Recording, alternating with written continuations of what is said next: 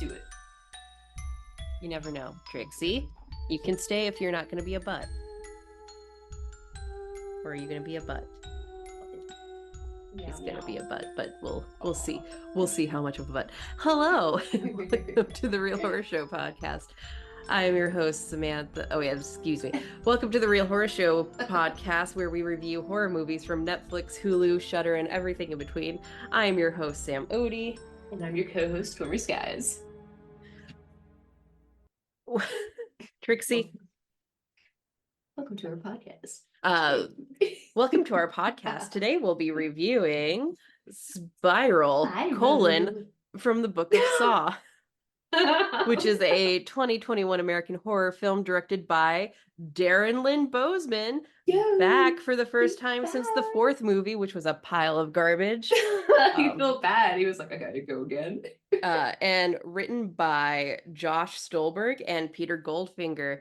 It is a standalone sequel and the 9th installment of the film franchise.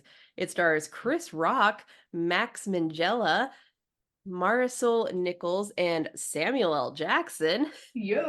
And follows police efforts to stop a Jigsaw copycat killer.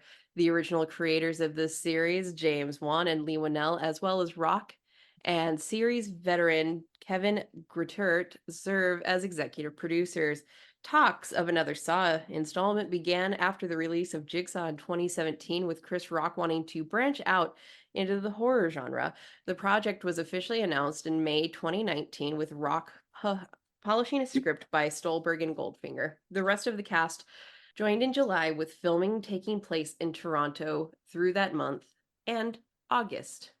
Originally scheduled to be released in May 2020, Spiral was delayed due to the COVID-19 pandemic and was theatrically released in the US on May 14th, 2021. The film grossed a total of $40.6 million against a budget of $20 million, becoming the lowest grossing installment in the franchise, and received mixed reviews from critics.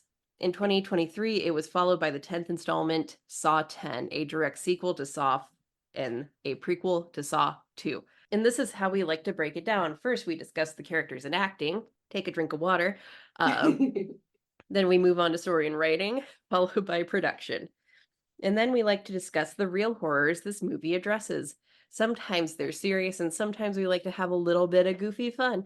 That being said, we are a horror movie podcast, so here is a general trigger warning. We talk about death, blood, guts, and other unsavory topics that might not be suitable for everyone, although we try to do so sensitively. Listeners' discretion is advised. Movies are then rated on a scale of, what the fuck did we just watch? No redeeming which means there are no redeeming qualities to be found. Meh, it's just okay. And ah yeah, that fucked me up, which is what all horror should strive to be.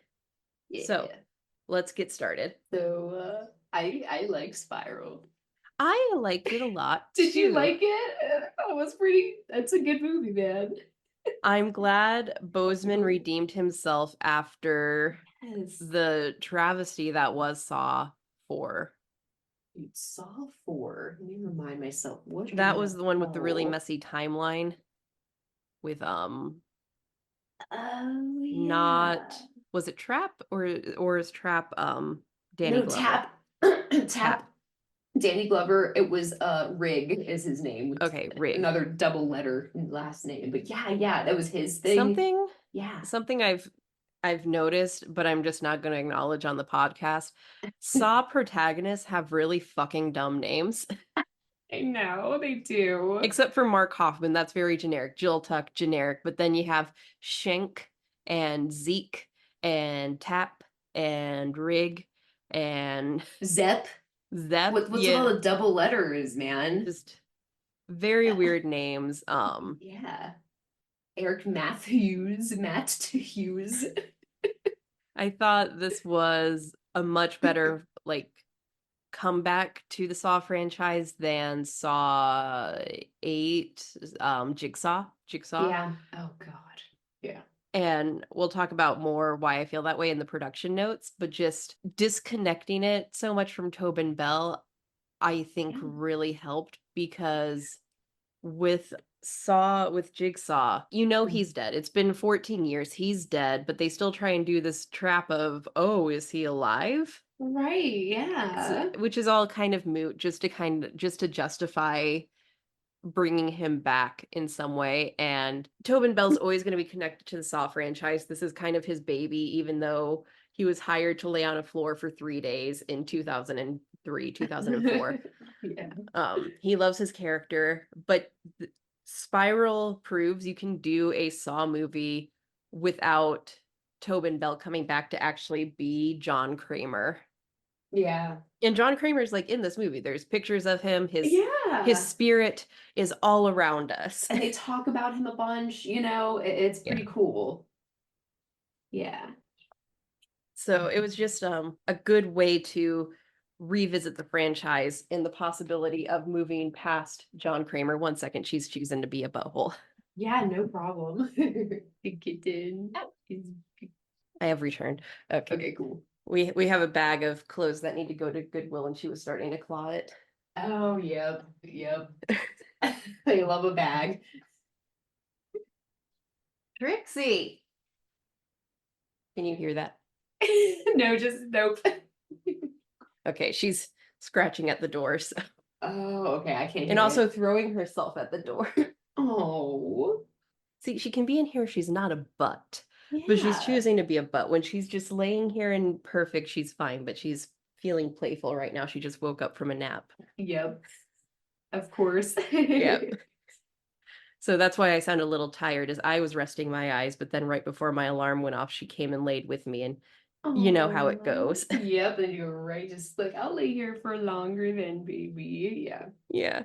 All right, so yeah, so no Tobin Bell, but his spirit is like all over this. Yeah.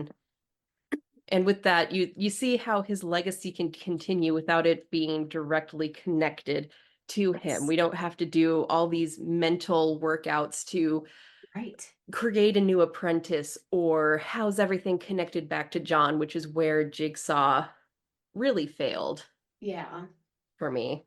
Oh, yeah, absolutely. They tried so hard to keep John Kramer in it as John Kramer, but just having him be this ghost looming Yeah. over the movie was very effective. So this movie is filled with mostly all newcomers, all newcomers. Yeah. We have Chris Rock, Nick from The Handmaid's Tale, Yep, that's how I know him too. and his eyebrows, Yeah. and fucking Samuel L. Jackson, which like I can get over. I've already forgotten Nick's real name. I can get It's over Max him being Magella. Max Magella. Minghella. I Yeah. can get over him being in this movie because this was like his first movie that I know of after Handmaid's Tale came out. So he's like showing he can do more than just be sultry on screen. Just like have sex with that lady Yeah, constantly in the first, right? It's like be a sperm basically, donor. yeah, that's basically it. And then Chris Rock, I can see doing horror just because I think we talked about it on another podcast in the retrospective is comedians Yeah. like doing drama, like doing horror. Oh, Like just yeah. because they're comedians doesn't mean they can't like break it out when they need to. They choose to be comedians because they're super fucking depressed probably. Oh, yeah. And I think he's done some dramas too, so he's got a pretty great range. Yeah, he's done quite a bit of theater, serious theater. Oh, So he has really good range. And I think bringing in Chris Rock and having him polish the script, segueing into writing, because this was something I noticed right off the bat when his character was introduced, is how grounded in reality this movie feels compared to anything else in the franchise.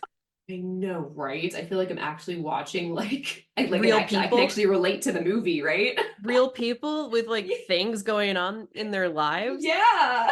Like, and it was something so fucking simple too that made me realize how like not in the real world the rest of the Saw movies were. And it was Chris Rock's character talking about Forrest Gump. Yes, he talked about just like pop culture. Oh my And I God. was like, Yeah. holy shit, I didn't realize this was something missing from the franchise until someone did it. Yeah. Because that's something I always think about when I'm reading like a horror novel or watching a horror movie is Yeah. while these characters are going through like absolute batshit crazy things, one of their like friends that didn't go on the camping trip is just like watching a movie at home. Right. Yes.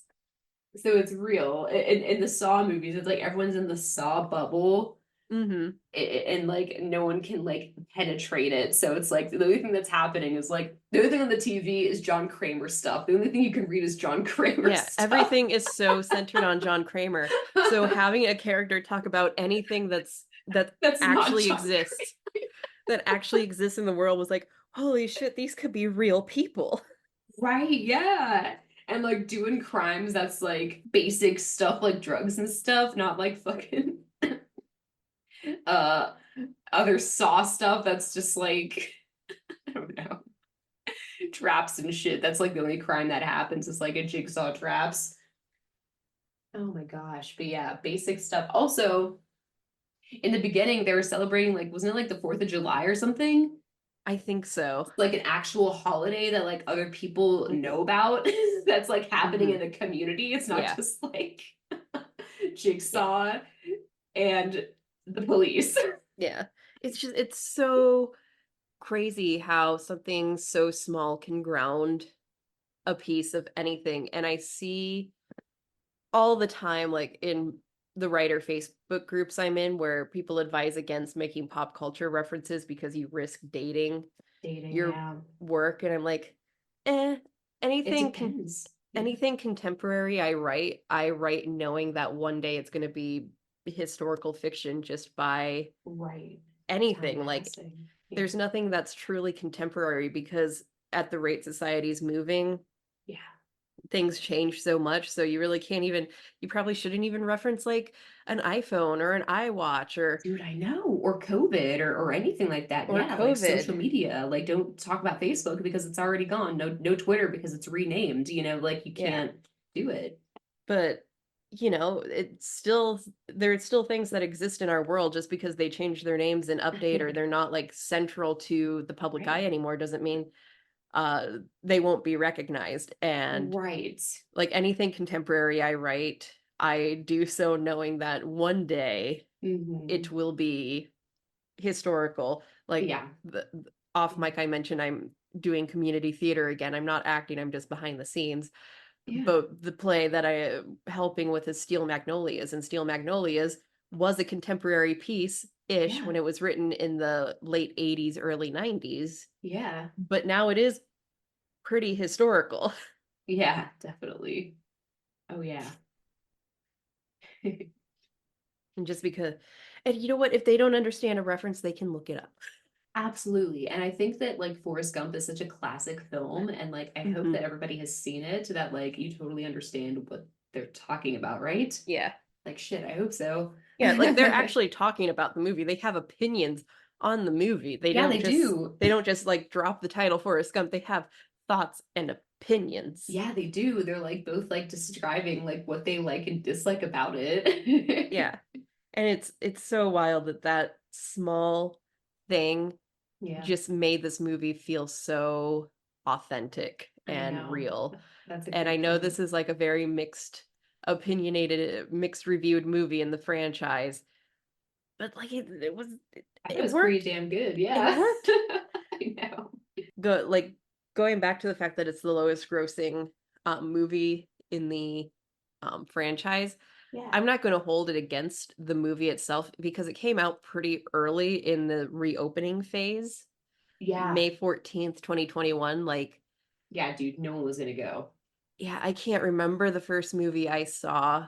It definitely wasn't Like, what 20. I don't think it I was remember the first 21. movie I saw in theaters, but I can't remember when it came out. So it might have Yeah. been, it was Freaky. So whenever Freaky came out, that was the first one I Oh. saw. So everything was moving slower. I don't think Regal started Unlimited back up until later Yeah. that year. Oh So yeah. I like 40 million right after the pandemic. I would consider that really good. And Pretty good, yeah. it made back double its budget, Oh yeah, absolutely. which And I feel like it went to like streaming super fast, or almost like wasn't it like maybe streaming and theater? I don't know. I feel I can't like remember. Either way, I think 40 yeah, million and not bad. out earning its budget Yeah. right after like in the earliest days of reopening. Yeah, well done. I think that's really good. I think that's really good. I don't think that should be held against the movie in any way. Oh, me neither. I really appreciated that this was a real copycat killer this time.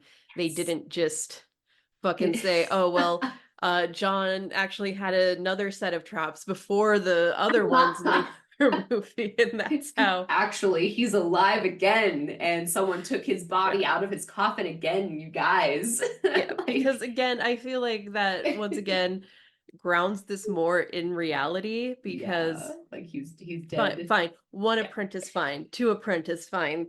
A surprise apprentice, okay, that's great. A super secret surprise apprentice that nobody knew about.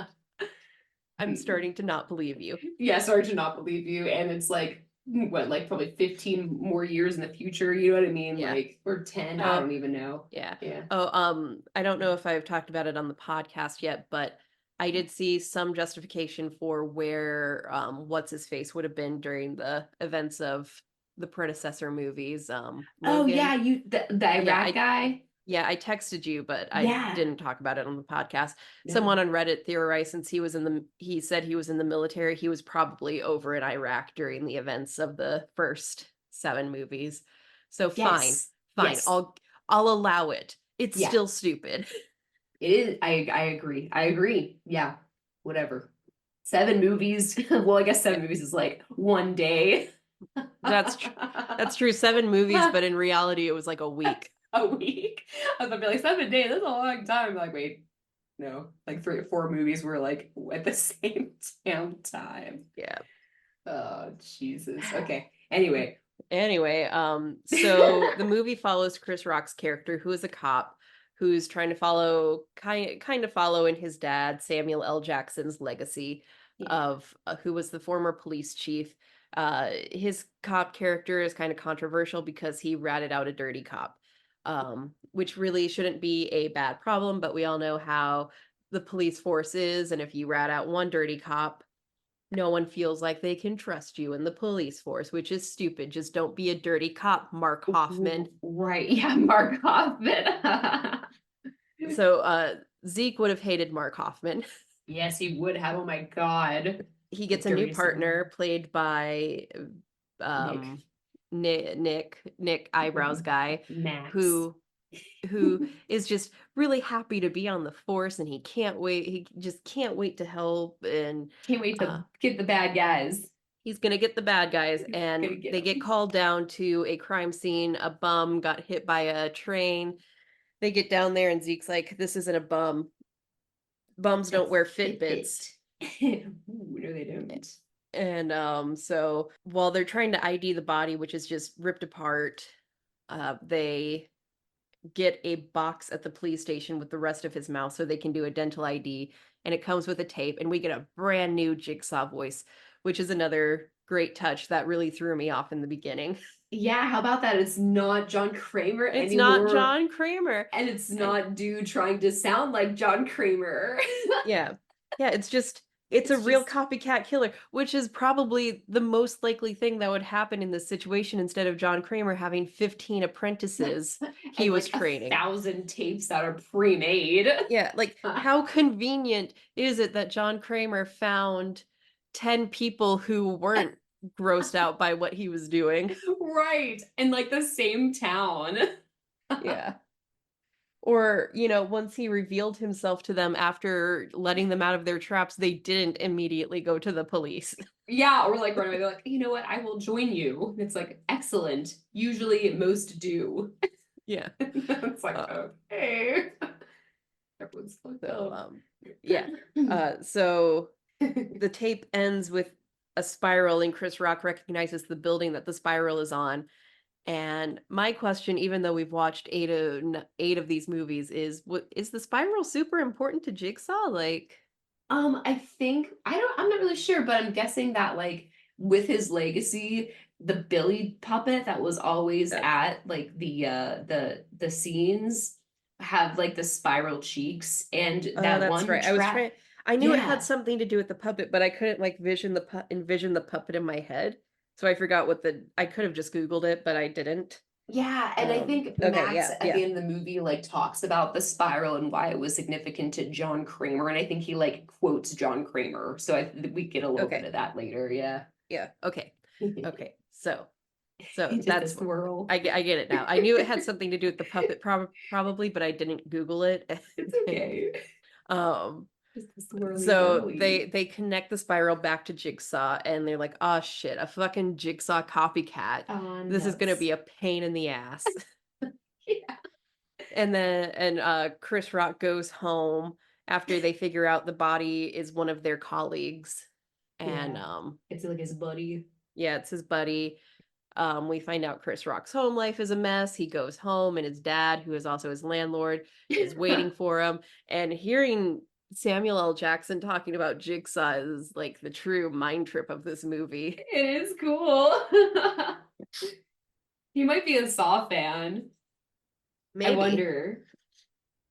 I wonder who he is. is like a horror adjacent fella. He's a horror adjacent guy. I would definitely Yeah, say that he is. Yeah. yeah. I think in my Samuel L. Jackson knowledge bank, this is the only like actual horror movie I can think of him being in. But I mean, Yeah.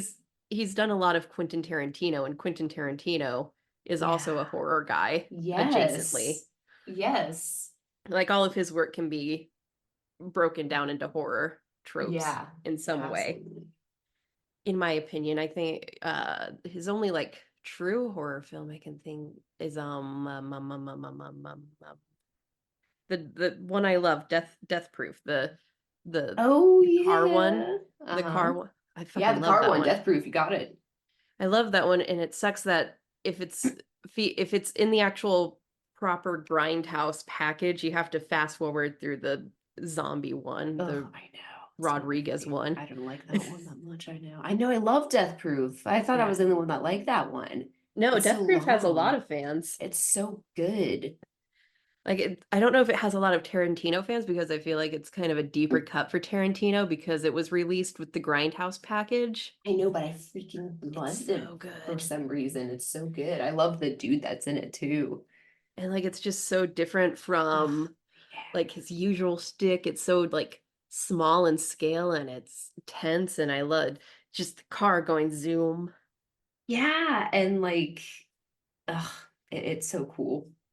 Yeah. The I could just rewatch car that one is all the the time. weapon. Yeah. Yeah, very, very cool. Um anyway, so Yeah. Samuel L. Jackson, huge actor, Oh yeah. honorary Academy Award winner. I can't remember if he's won a Lifetime Achievement Award, definitely nominated Sweet. dozens of times. So definitely the biggest name actor to ever touch the Saw franchise other than Danny Glover. Yeah. And like it's so cool seeing him here and talking about Jigsaw and love it. And he says, you do this shit all the time and it's the reason your family is in shambles. You get too into these cases, Yeah. too into solving these cases your way or the highway, and that's why we don't talk and that's why your wife left you. Right. He said that there's like no married cops or whatever. Yeah. Because crime happened on like weekends and like nighttime or whatever. Hmm. Yeah.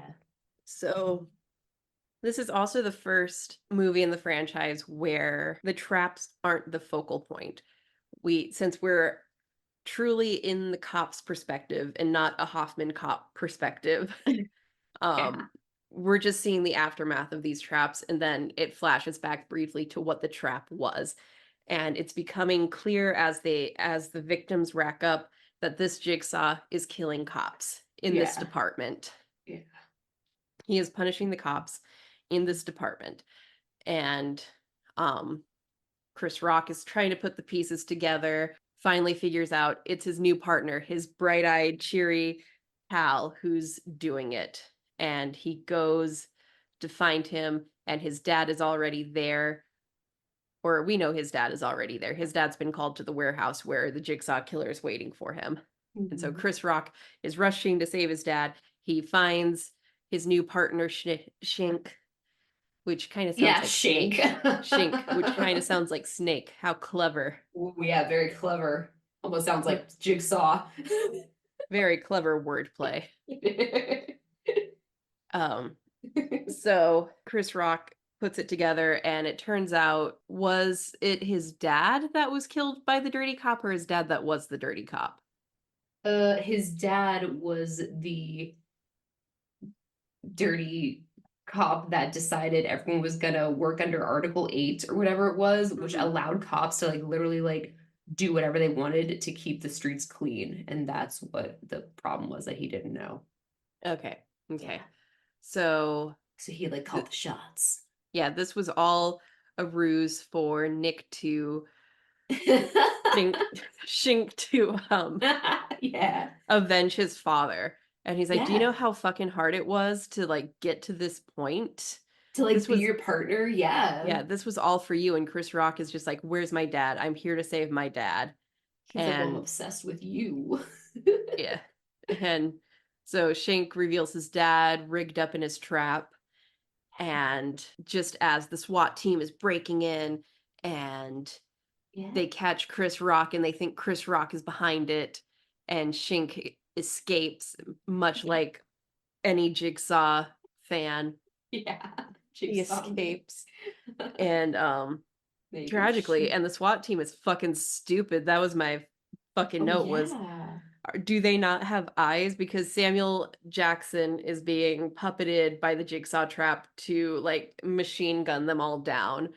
And Yeah, it looks like he has a gun and they're like, uh-oh, and then they just like shoot and they're just yeah, like, but do they not okay. have eyes to see the Oh wires? my God. No. And they're just like being stupid and they didn't take a pause to be like, who are Yeah. you? State your name. And he's like, I'm Marcus Banks.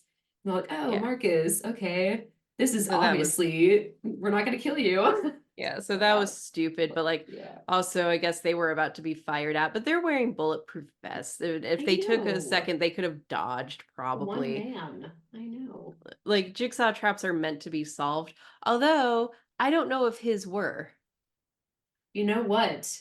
because I we don't I don't think they were. Well, they were, but Marcus Banks's Samuel Jackson's was only uh able to be solved with Chris Rock's help to shoot that thing.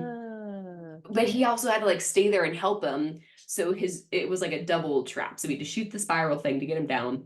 He fell down and he should have stayed there and helped him get the like needles out so he didn't like get puppeted up again. But since he chose to go fight Nick in the elevator, um part two happened.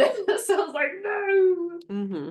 But the other ones they did have escapes, but they were like it was like basically impossible anyway. Like the police chief lady, her trap was like you're gonna like suffocate with hot wax, but you can also sever your spinal cord so you'll survive, but you won't like walk away or like be able to move it. You know what I mean? So it's like Mm-hmm. still impossible anyway because you'd rather be dead.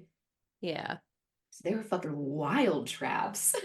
I can expect that from someone who's merely copying the jigsaw aesthetic, but not Yeah. necessarily the jigsaw values. Yeah. It was like all of them had like terrible ways to survive that like they were just so they were like 10 times more extreme than any trap in the other Saw movies, in my opinion, because of the only way you'd be able to escape. Feel like Yeah. like completely like being a vegetable in some cases. So Hmm. I don't know. Yeah, and Yeah.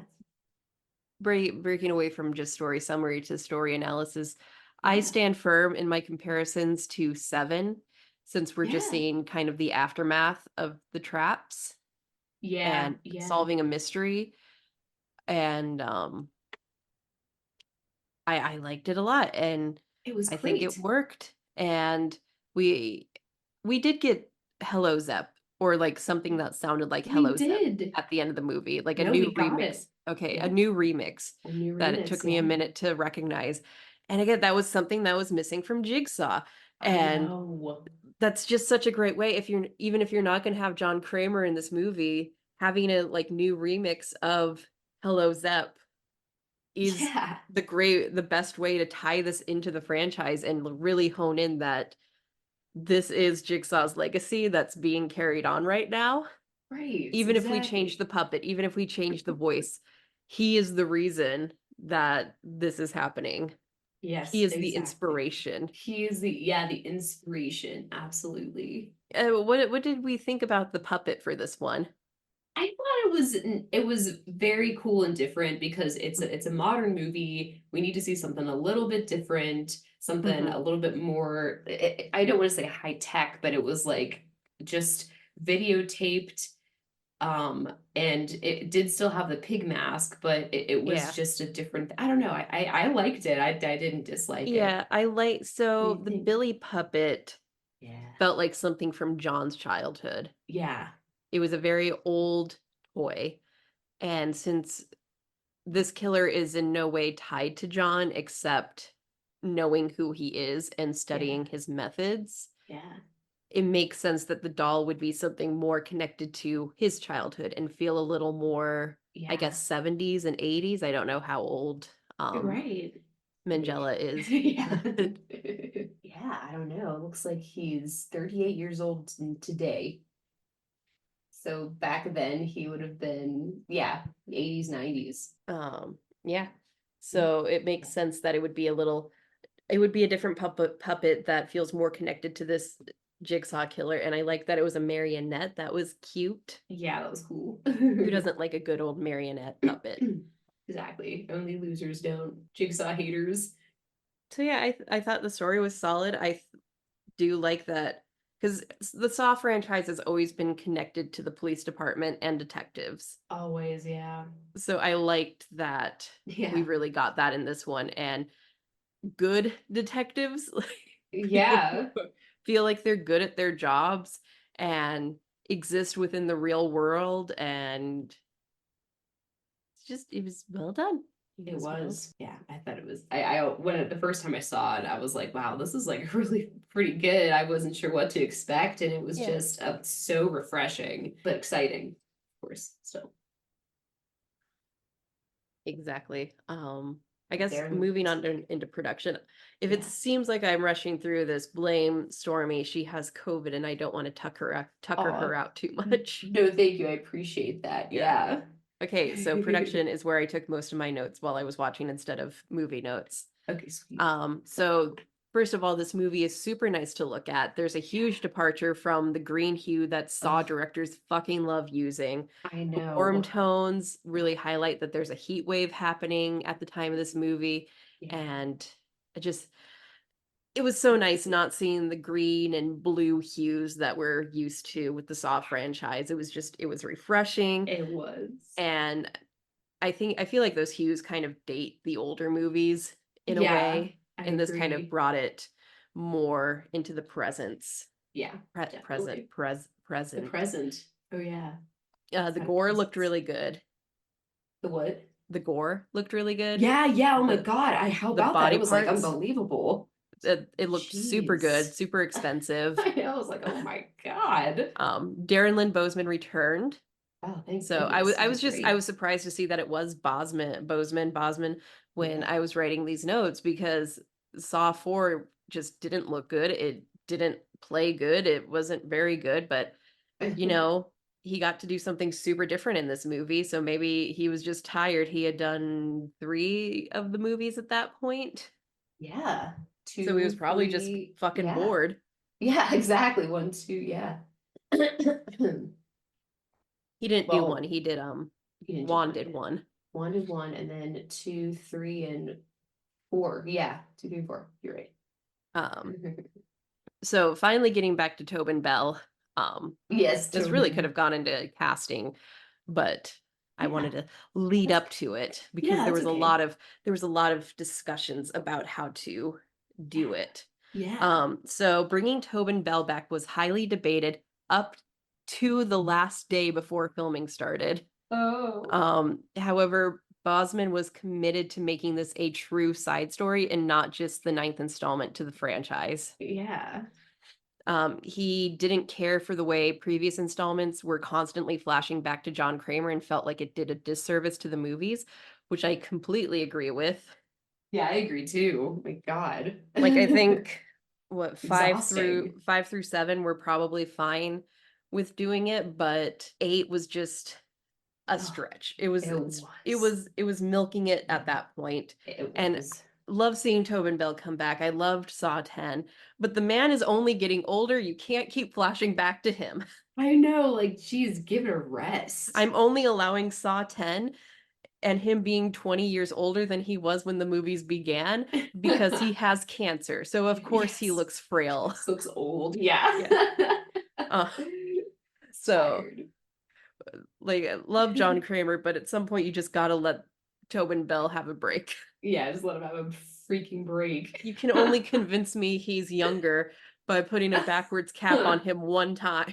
I know, putting like a tracksuit on. Just came from Um, the gym. so at some Please. point they were discussing whether or not they should do an after credit scene, which would have been a flashback to John Kramer giving Shank a Billy doll, What? but that was later scrapped. Oh, I don't good. think it would have made The any sense hell? and it would have ruined this movie for me. Me too. That doesn't. What does that even mean? Yeah, the scene would have happened after his dad died and John Kramer just shows up and gives him a Billy doll. I don't know what that would have meant. Maybe they could have made it work by saying, "Hi, Uncle John." Whoa, yeah, like another nephew because he's all his nephews that die in Yeah. the motorcycle He accidents and suddenly shit. has so much family. And then they did consider using Tobin Bell's voice, and Mm, early versions of the script did use the iconic Jigsaw voice, but they feared that it would have muddied the waters and how Spiral connected to the rest of the franchise. Like yeah. that, one of the ideas they had that would have worked possibly was it would have it wouldn't be new recordings of Tobin Bell's voice. They would have taken the archivals of like previous recordings and like spliced them up Yeah. like the copycat killer was splicing him up to say what they wanted him to say. Yeah, yeah. But I Gotcha. think I think they made the right choice just completely separating it from John Definitely Kramer and agree. letting this be like its own killer that was Yeah. just doing the John Kramer thing. Yeah, definitely. And then another early iteration of the script had Rock's character be related to Danny Glover's David Tapp from the first film. But Mm. Stolberg and Goldfinger opted not to go in this direction because it didn't pass the smell test. I didn't click on the source of that to verify what they meant, but I feel like it's what I talked about. I refer when I make this reference, I always use Men in Black 3. I'm sure there's so many other movies that have done this, and it Yeah. just calls to the lack of diversity in the way we cast movies. Yeah. Where Men in Black 3, you go back in time, there's a character who's a general or a police chief or something. He's the only other prominent black character in the movie other than Will Smith. And then at the end of the movie, he gets shot and his son runs up to him. And then, whoa, plot twist, that was Will Smith's father. Right, And exactly. You it's can't like just make up it's fine if that's the twist you want to have. It's just maybe cast more than two black people in prominent roles in your movie. And I feel exactly. like that was probably the smell test it didn't pass is Yeah, it's like that's some bullshit that like the only two black men are related. yeah. Like in Yeah, the like Saw come on. franchise as it stands, I feel like we only have I can count on one hand the relevant black Dude, characters. like two or three. Well, we have Tap, we have Tap and Rig, then and now we Rig, have Chris Rock Chris and Rock. Samuel L. Jackson. Yeah. And I mean we've had people in traps, but And traps, they yeah. die. They die. They're Yeah, they not die. survivors. There's one black woman who survived. She cut her arm off and she That's true. shows up again. But like that's it. There's no Yeah. other black women. Or they might be dead. Died. So Black men, black women, yeah. I appreciate them not doing that, although it would have been kind of fun to see some connection back to Tap because Tap Yeah. just Poor man. even in the first movie, you have Danny Glover I know. and he's so underutilized. I know. It's a very tragic character as well, and he dies in the Yeah. first one. Unbelievable. But I agree. I don't think it would have been the right call to It's too have it be many. Tap. I know. But I mean, you could have made it work. It just wouldn't. Yeah. It would be too on the nose, right? Like, Yeah. and it Yeah. helps make this a fully separate movie that they can go. It's a new way to expand the Saw lore because um Shank gets away at the end, Yeah. and it can continue if they decide to go this way. And Yeah. I'm worried that they're going to use the low box office to not continue this segment of the franchise, Yeah. which is stupid because, like I said, it made double back its budget during Did. the early days of reopening, I know. which I think that's impressive. Um, and Yeah, I horror do was doing too. really well as we reopened. Like, horror movies were the ones Yeah. that were getting their budget back. I know, And right? also why it got its budget back, and I'm tired of hearing big budget movies bitch about not making their budget back, is Yeah. it only had a $20 million budget.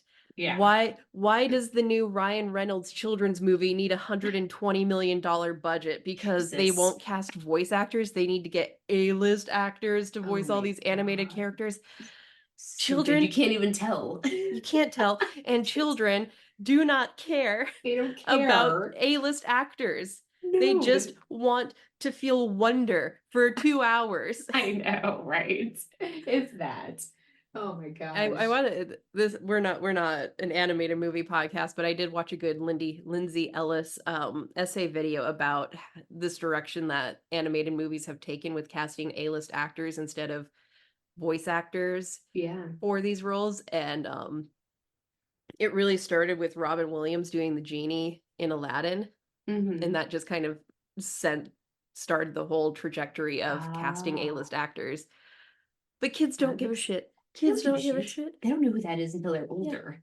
Just write a good movie and Yeah. don't spend $120 million because movies are expensive and we can't keep going to blockbusters every single weekend. I know, right? I fucking love the movies, but this year I feel it's just been a slow year for movies that have interested me, Yeah. and I haven't been going as much as I did last year because last Yeah. year had a shit ton of movies I wanted to see, but this year it's just been slow. Yeah. A lot of them are coming out in July. Long Legs, Mhm. Twisters, Yeah, all July. um, Okay, cool, cool. um, Uh, Deadpool versus Wolverine. That's 3. That's my unlimited back to me. yeah, here you go. It's funny. Florida is summer like all year Yeah. almost. Put Very on your hot. sunscreen, everybody. Yes, Sunburn's the guys. real horror show. Yeah, it is. And so is skin cancer. Oh God. But yeah, those were Yeah, my production notes. cool. So it was like a very debated topic whether or Yeah. not to bring back John Kramer. And I think for this movie they made the right call. Yeah. Like I get that John Kramer and Tobin Bell are so important to the Saw franchise, but in reality, if they want to continue milking this franchise for all that it's worth, they have to step back from John Kramer and finding Yeah. ways to bring Tobin Bell back on screen, Yeah, because exactly. he's only getting older. He was 60 when this franchise started. He was 80 in Saw 10, and he's not going to be around forever to continue bringing back, to continue getting the fan base hyped. So you need Right. to find a way to spiritually connect him to these movies without needing to actually have him physically or vocally be there. Yeah. And Spiral shows that you can do this. And I like the idea of doing movies that are more from the quote unquote book of Saw Yeah. versus Saw movies. Saw. Yeah. Because like that intrigued me so much more than Jigsaw ever intrigued me. Absolutely. Is you see this trailer that has kind of Seven vibes, and then they're suddenly talking about Jigsaw, and the title card comes up and it's Spiral from the Book of Saw, and I'm And like, you're like, ooh, ooh. what does that mean? And then you're like immediately, and if you're a Saw fan, you're like, ah, damn, I gotta see it no matter what. Yeah. Um, Absolutely. There's another point I wanted to make that I just like stumbled upon as we were talking regarding production. And it says that there's this like bloody disgusting article that says Darren Bousmann explains the gruesome torture scene that was cut out of Spiral. Ooh. So apparently there's a trap. It says there was a trap that he said we cut an entire scene out, an entire trap scene, which was a huge kind of bummer for me. We were having huge problems with the MPA this time, and I'm not even sure why, because I don't think in any respect this is the most violent Saw film, but I think it may be the most widely accessible Saw film in the way you have two huge superstars bringing a whole different side of audiences. And I think the MPA was really, so MPA, that's like the um Sam, that's the like The movie rating rating people, people. Yeah. the rating people. So it says it's rated R, but there was one that was too much even for the series, known for brutal dismemberment. I wonder if we could like, I wonder if that doesn't exist anymore online, dude. I Have to didn't see see like a it. director's cut when Yeah. I was looking for this movie. It took place in the third act. I won't say who it was, but another character dies. And it was by far the most gruesome, 100%. It was also the most mean-spirited, where like the Ooh. movie can completely exist without this scene. And we ended up losing it in the end. I would say the last week before we locked the edit. I'm happy for the actor because he now survived. I wonder who it was gonna be. A man.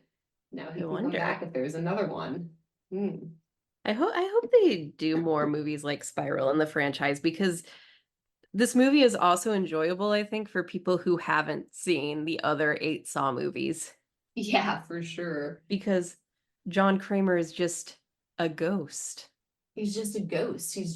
But he's still out there as as a major inspiration for like other people who are just like want to murder people or like sick or insane, crazy, So he's kind of like a modern time, like infamous murderer, you Yeah. know? And like you didn't need to understand 300 apprentices and their relationships to John Kramer. Like it felt Yeah, like a solid standalone that still tied into the franchise. yeah, absolutely. So I'll give it yeah, that fucked me up because I Yeah, hope they continue this with this like idea of the Book of Saw. I think it's really fun. I think it's interesting. yeah. It gives them a chance to do more within the Saw universe than just the same week over and over again. I know. The same hours of the same day overlapping in different locations. Like, come on, I mean, please. and consider this, we could even do Yeah. Jeff from the Book Jeff, of Saw. the Book of Saw. And that would be like not it wouldn't be called Spiral, it would be called like a midlife crisis. Jeff. Oh I'm God. sad I'm from the Book sad of and Saw. I hate myself, although I have a check for pretend she's not there. Whatever. Took her 6 movies to get saved by Hoffman. Um, yeah, I agree. I raised what the fuck I or just kidding. Oh yeah, that fucked me up. That fucked me up. Yes, what all horror should strive to be. And I want to say that like I think that the cast was incredible. Anybody who is doubtful of like the headliners of this movie, they're fantastic. Hmm. Fantastic. I couldn't look away. Chris Hmm. Rock steals every scene. Everything is excellent. So I loved it. And yeah, like the guy, Nick, Max, whatever, he's great too Hmm. because he's unassuming, you know. Hmm. And like I feel like when I first watched it, I think I was kind of surprised Yeah, no, because there's, he's a you know, great twist yeah. Jigsaw. Yeah, he's a twist jigs. And then like also the movie did a thing where it was also being an unreliable narrator because it has a scene where we see a body's being skinned and we think it's him, but we learn Hmm. that it's not. So it's like, how are we supposed to know? Yeah. We don't see his face. So that's a very interesting thing that I know a lot of people think that like if you don't actually see someone's death, they're not dead. You know what I mean? But like we saw a death, so I guess you have to like edit that and say if you don't see someone's face as they're dying, you don't know if it's actually them that has died. So that's kind of a cool little twist that they did to keep us Yeah. guessing. Yeah. Oh, so I agree. I thought this was great. Some real horror aspects would be uh corrupt police Hmm. officers in a whole precinct that's just corrupt and doing corrupt shit under a corrupt article, which just made it the Wild West. They're like, well, Hmm. we got the streets clean, but we fucking killed everybody. Like, Yeah. damn. And having a cop kill your father, witnessing that, and then like literally growing up and having revenge be your one and only motive for everything you do. Mm-hmm. Unbelievable. As a very unassuming person. So that is a very scary thing because people like that do exist. Yeah. They just like live to have revenge. Being Yeah. so focused on your job that you lose your relationship with your father and your relationship with your wife and child. Yeah. Because Chris Rock says we live in the same building, and yesterday we just nodded at each other like we're strangers. No, he said we nodded at each other like we're the only two black guys at the mall. I just thought that was so funny. But for real, but like, yeah, imagine seeing your parents. Yeah. They're just like, sup? Like, Yeah. okay, hi dad, bye dad. So okay. So that was hilarious. Um, but yeah, losing that relationship and just like going on autopilot because like your life is the job, and like your wife, unfortunately, she cheated on him, but like that she probably had like I feel like that's a bad thing to do, but he was probably never around, and he probably hates himself as much as he hates the fact that cheating occurred, you know. Mm-hmm. But it's just the if you're going to be good at what you do and like being a detective, that's like your whole life. And where they at, like New York or whatever, so Yeah. big city. Yeah. Yeah. Um, What else? Nothing really else that's like major, just like crime, things like yeah. that, drugs, covering up stuff, you know, whatever. And then like revenge, taking revenge and having like, I suppose the right, uh, like I feel like the right intentions, but going about everything like completely wrong. He's like, yeah, we're gonna clean up, like we're gonna kill cops, and he's like, no, just the bad ones, you know, just we're gonna do this and put them in traps and like do all these things, and like you and me together, we're gonna do Jigsaw, and it's like, yeah, we could, if only there was a way to go about it better. Um, so thinking that you're doing the right thing, but actually you're doing a Jigsaw. Yeah. I don't think anything else. Yeah. I think that's all I've got. All right. Well, if that is the case, then I will go ahead and read the outro. Yeah. All right, sweet. So thanks for tuning in to our episode. We are the Real Horror Show podcast. Our host is Sam Odie, and I'm the co-host, Stormy Skies. Excuse me. Excuse me. The podcast was created by Sam Odie and Stormy Skies, and is directed, edited, and produced by Sam Odie. You can find Sam on Instagram at Sam is Writing Stuff. And you can find Stormy on Instagram at The Stormy Skies. You can find the Real Horror Show podcast on Spotify, TuneIn, iTunes, Google Play Store, Pandora, and anywhere you'd like to stream your podcasts. Don't forget to hit subscribe so you're always in the know when a new episode comes out. Follow us on social media. You can find the Real Horror Show podcast on Instagram, Threads, TikTok, Facebook, and yes, Twitter too, aka X. We do more than just podcasts. We love to write and have plenty of great movie reviews and essays, all of which can be found on our website, realhorrorshow.com. We love hearing from our listeners. You can ask us a question or send us a movie request to review by DMing us on social media, or you can even send us an email at realhorrorshowpodcast@gmail.com. Call for guests. Do you love horror movies? Or are you a podcaster, a content creator, a movie lover, or anyone in between who is a listener to our show? We would love to have you as a guest on one of our episodes. Reach out to us via social media DM or email us at realhorrorshowpodcast@gmail.com. Our podcast episodes featuring guests are all listed on our website, realhorrorshow.com. We are so thankful for all of our listeners. You are the life force of our podcast, and we wouldn't really exist without you. Thank you all for making this podcast real and supporting us as we record every week. You can support us in different ways, such as liking and sharing our podcast episodes on social media. Giving us a review will help us the podcast more than you know and will help other listeners find it too. You can also donate to Real Horror Show by visiting our support page on our website, where you can make a one-time donation via PayPal, buy us a coffee with the Buy Us a Coffee button, or explore our very interesting Amazon wish list. And any other pertinent news? Not at the moment.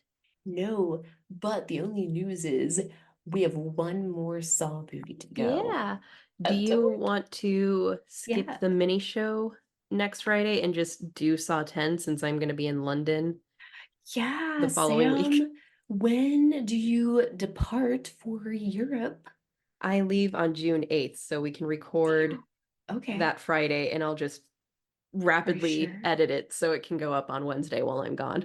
Okay, and off mic, I can take a look at my planner and maybe we can even record earlier in the week. But yeah, Oh let's yeah. just move right into Saw 10.